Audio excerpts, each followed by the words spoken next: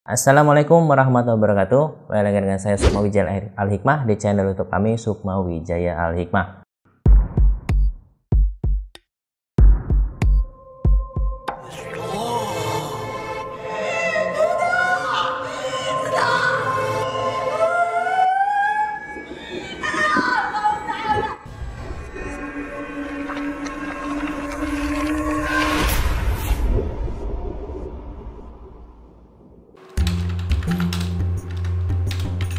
Ki, jadi Jumatan gak Ki? Ya, jadilah, ayolah. Ayo Ki. Ayo Ki. Ntar ya. Itu apaan Ki? Kok wanginya enak banget sih? Ini minyak kasturi. Oh. Ini minyak Arab ibadah. Nah, minyak kasturi ini minyak yang paling disukai Rasulullah dari hadis riwayat Muslim. Nah, ini minyak ini juga non alkohol dan insya Allah halal dan juga kualitasnya bagus nih. Nah, Saya minta dong Ki. beli dong, nih belinya di sini nih. Mana tuh, Ki? Nih ya. Nih ada di Bukalapak, di Shopee ya, di Tokopedia nih. Ketik aja minyak Arab ibadah nih, tuh banyak tuh Banyak pilihannya. juga ya Ki ya. Iya. Baik, pada video kali ini saya akan membahas mengenai suatu suatu pemahaman baru ya sebenarnya buat teman-teman semua. Dan ini ada di salah satu kitab kuno, nama kitabnya Matutus Syiruf Warasi fi Ajibu Syumusul Nurus. Nah, di sini ada dijelaskan beberapa keilmuan juga, tapi di sini saya akan lebih mengarah kepada menurut saya sebuah pemahaman yang unik, yakni adalah mengetahui seseorang berdasarkan elemen alam. Nah, ini materi ini baru saya kaji dengan guru saya sekitar 2 minggu yang lalu gitu ya. Sebenarnya tidak sulit. Mungkin kalau saya jelaskan sebentar, mungkin teman-teman akan sangat mudah memahaminya gitu. Dan mudah banget lah dipahami gitu ya. Ini ada suatu hal yang baru juga buat kita semua, mengetahui seseorang berdasarkan elemen alam. Maksudnya adalah mengetahui karakter manusia berdasarkan elemen alam. Nah, kalau misalkan kita teman-teman tahu, misalkan kalau di Feng Shui gitu ya, kalau misalnya orang Chinese itu biasanya dia ada juga tuh elemen-elemen alam seperti ada unsur api, unsur tanah, unsur logam, unsur air, unsur kayu gitu ya. Nah, itu untuk Feng Shui China gitu ya. Tapi kalau dalam kitab Arabiah gitu, kitab Arabiah ada juga ternyata teman-teman. Nah, ini yang baru nih ya. Jadi mungkin ini jadi pengetahuan baru juga buat teman-teman. Nah, insya Allah menjadi pengetahuan baru dan mungkin bisa diaplikasikan juga buat teman-teman semua gitu. Oke. Jadi hal ini kalau misalkan memang cocok sama teman-teman ya, setelah nanti saya bacakan, kalau misalnya cocok sama teman-teman, ya teman-teman mau percaya silakan, mau tidak percaya sudah nggak apa-apa. Jadi kan ini sebagai hiburan dan referensi saja. Tapi kalau memang misalkan cocok, ya alhamdulillah berarti memang betul kitab ini menjelaskannya. Tapi kalau memang tidak cocok, anggap saja ini sebagai hiburan semata atau menjadi referensi saja gitu ya. Oke. Jadi di sini kalau dalam kitab Arabiah ya, dalam kitab kuno Arabiah dijelaskan kita itu ada elemen alamnya hanya ada 4. Ya, ini adalah tanah, air, api, dan angin. Nah, dilihatnya dari mana? Jadi kalau misalkan dalam kitab Arabiah dilihatnya dari kita ini anak keberapa. Nah, ini unik ya. Kita ini anak keberapa dan itu elemennya apa gitu. Nah, yang pertama kalau elemen tanah nih, ini akan teman-teman harus perhatiin ya, karena nanti akan nyambung gitu ya. Ini elemen tanah itu nanti sifatnya gimana, elemen air sifatnya gimana, api gimana, sifatnya angin sifatnya gimana gitu. Nah, yang pertama tanah ini bisa kita cek bahwasanya dia ini kalau anak pertama atau anak kelima atau anak ke-9 dari saudara-saudaranya, dari kakak beradiknya gitu ya. Kalau dia anak pertama, anak kelima atau anak ke-9 itu dia adalah elemennya tanah. Lalu kalau elemennya air itu dia anak yang kedua atau anak ke-6 atau anak ke-10. Ya. Kalau elemen air itu anak kedua atau anak ke-6 atau anak ke-10. Lalu kalau elemen api itu dia anak ketiga atau anak ke-7 atau anak ke-11. Gitu ya. Lalu kalau elemen angin dia itu elemen angin itu anak ke-4 atau anak ke-8 atau anak ke-12. Nah, di sini maksimal 12 ya. Kita di sini maksimal 12. Jadi kalau misalkan anak yang ke-13 gimana? Nggak dijelasin di sini. Jadi mungkin ya 12 sudah cukup lah untuk jadi tim basket. Ya. Oke. Langsung lanjut unsur tanah. Nah, bagi teman-teman yang misalkan dia tuh ternyata anak pertama, atau mungkin dia anak kelima atau anak kesembilan dari saudara dari kakak beradiknya, dia masuk dalam elemen tanah. Dia memiliki sifat yang pertama, dia sifatnya rendah diri. Ini rendah diri ini dia agak sedikit bingung ya, rendah diri atau rendah hati, karena rendah diri dalam bahasa Indonesia, rendah diri dan rendah hati itu berbeda ya. Tapi di sini jelaskan dia rendah diri, terus hormat dan patuh, setia serta rela berkorban. Nah, ini orang anak pertama, anak-anak kelima, dan anak kesembilan ini katanya rendah diri, lalu hormat dan patuh, lalu setia dan rela berkorban. Nah, rela berkorban buat apa? Buat cinta kan? Buat orang tua? Atau buat apa saja? Nah, kalau untuk yang teman-teman kalau misalkan cocok, silakan ketik di kolom komentar ya. Lalu nomor 2, biasanya unsur tanah ini orangnya tidak cerewet, tidak suka berbangga diri, tidak sombong. Tidak suka berbangga diri dan tidak sombong sama aja sih sebenarnya. Tidak suka berbangga diri, tidak sombong, dan bukan seorang yang suka pemarah. Bukan tipe pemarah gitu ya.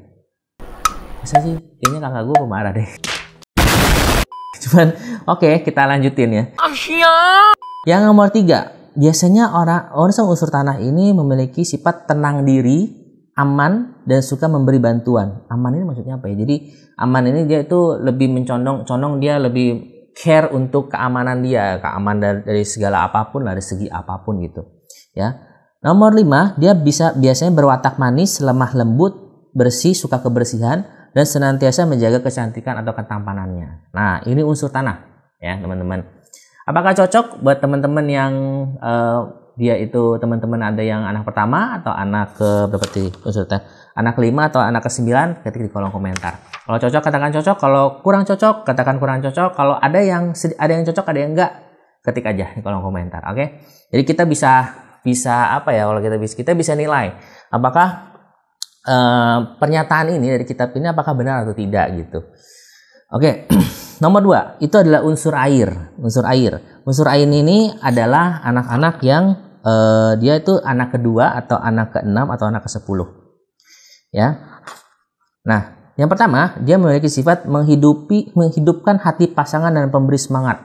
Wah. Ini biasanya yang suka support, yang manis-manis mulut. Ini biasanya unsur air ini begini nih biasanya nih. Yang suka menyatukan, kalau ada kakak beradiknya berantem, biasanya dia suka yang tukang menyatukannya gitu kan. Nah, terus lalu berikutnya senang mengambil pekerjaan berat, keputusan yang berat gitu. Ini pekerjaan berat yang kayak gimana ya? Mungkin angkat-angkat barang kali ya? Gitu ya, apa dia angkat-angkat bata gitu? Mungkin yang berat-berat gitu kali. Oke, lalu berikutnya adalah hatinya bersih dan boleh membahagiakan pasangan. Emang gue gitu ya? Yanti, emang gue gitu ya? Katanya gue hatinya bersih dan boleh membahagiakan pasangan. Emang kamu bahagia sama aku? Asik.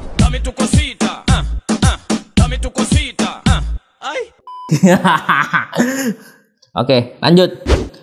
Menenangkan pasangan. Emang aku menenangkan kamu? Suka menenangkan dirimu?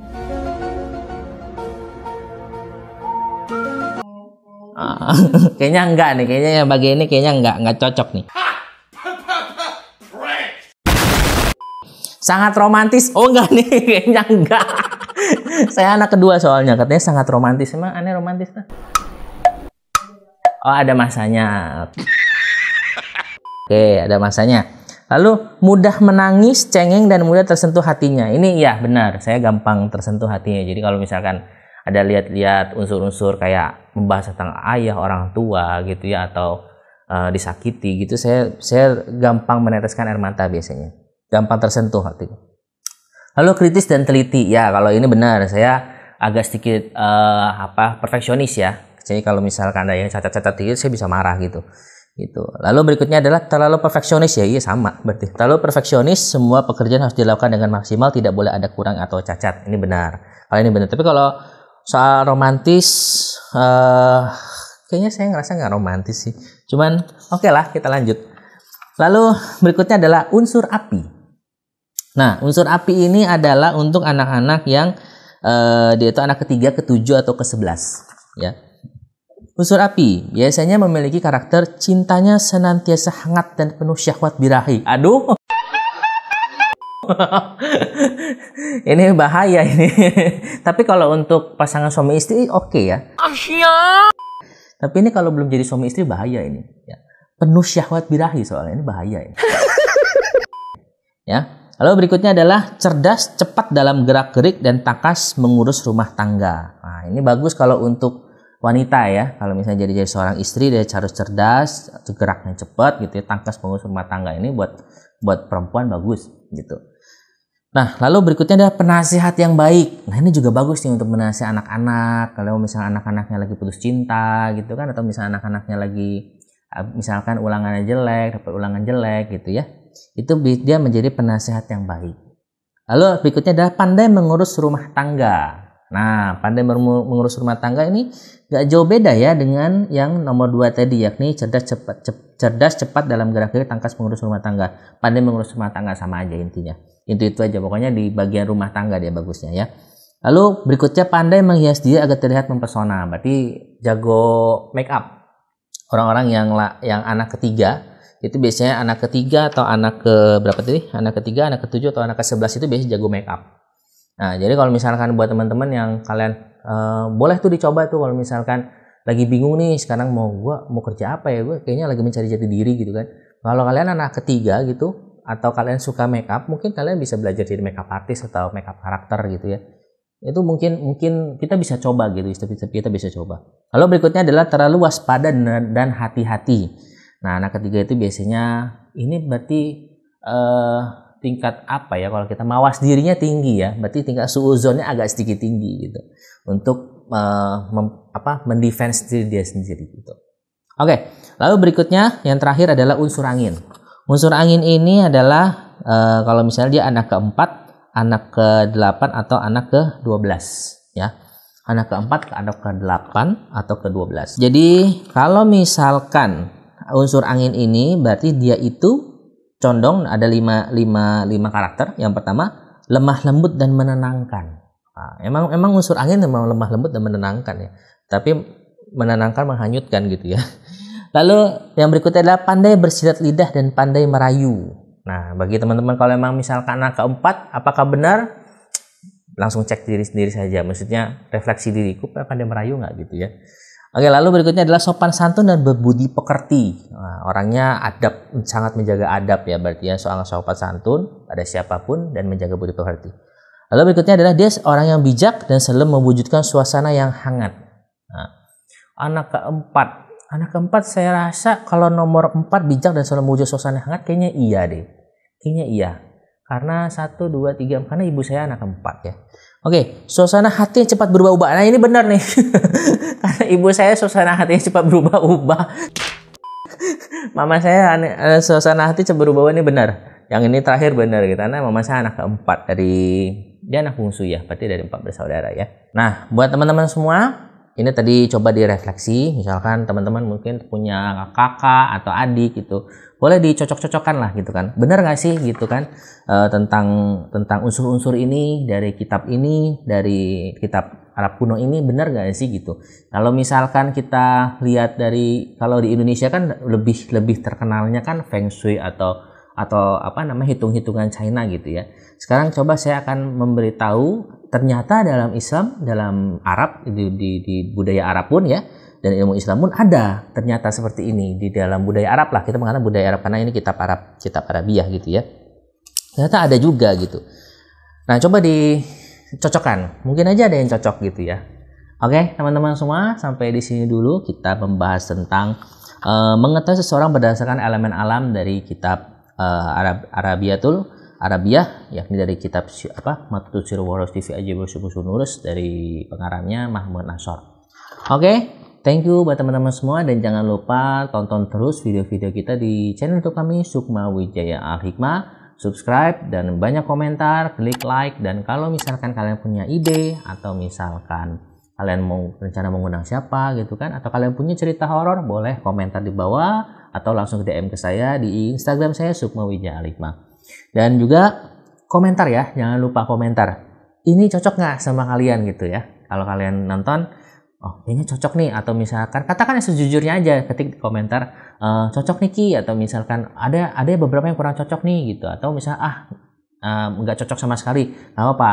Ini kita anggap saja sebagai hiburan dan kita jangan terlalu mengimani gitu. Jadi kita hanya sekedar hiburan saja dan pengetahuan saja.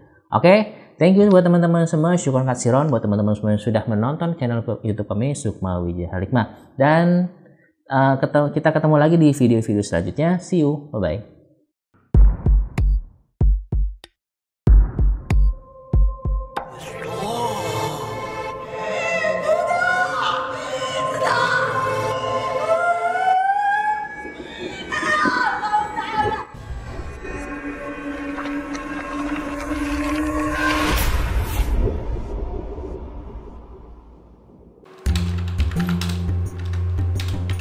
Ki, jadi Jumatan gak Ki? Ya, jadilah, ayolah. Ayo Ki. Ayo Ki. Ntar ya. Itu apaan Ki? Kok wanginya enak banget sih? Ini minyak kasturi. Oh. Ini minyak Arab ibadah. Nah, minyak kasturi ini minyak yang paling disukai Rasulullah dari hadis riwayat Muslim. Nah, ini minyak ini juga non alkohol dan insya Allah halal dan juga kualitasnya bagus nih. Nah, Saya minta dong Ki. beli dong, nih belinya di sini nih. Mana tuh, Ki? Nih ya. Nih ada di Bukalapak, di Shopee ya, di Tokopedia nih. Ketik aja minyak Arab ibadah nih tuh, banyak tuh Banyak pilihannya. juga ya Ki ya. Iya.